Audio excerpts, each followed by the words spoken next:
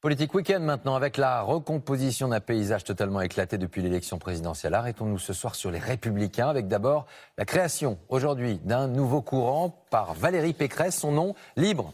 L'ancienne ministre qui entend trouver sa place, mais qui ne présentera pas sa candidature à la présidence de son parti face à Laurent Wauquiez. Alors difficile parfois d'y voir clair au sein de la droite, une famille politique éclatée. Pour nous éclairer avec nous ce soir, Guillaume Darey. Bonsoir Guillaume. Bonsoir.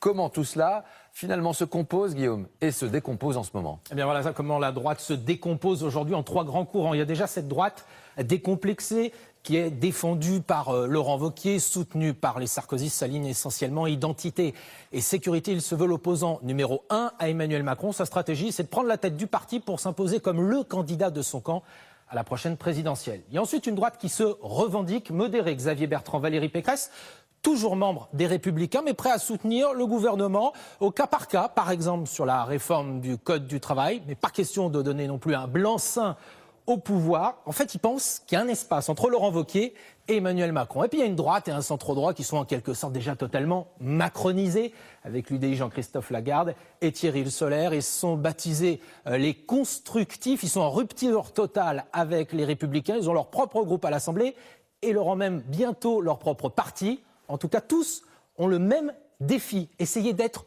audible, entendu par les Français. C'est loin d'être gagné parce qu'Emmanuel Macron, il a séduit une partie de l'électorat de droite. Un chiffre très marquant, selon l'Institut IFOP, 60% de ceux qui avaient voté pour François Fillon, vous avez bien entendu, pour François Fillon au premier tour de la présidentielle, eh bien, ils sont aujourd'hui satisfaits de l'action d'Emmanuel Macron. Merci beaucoup, Guillaume.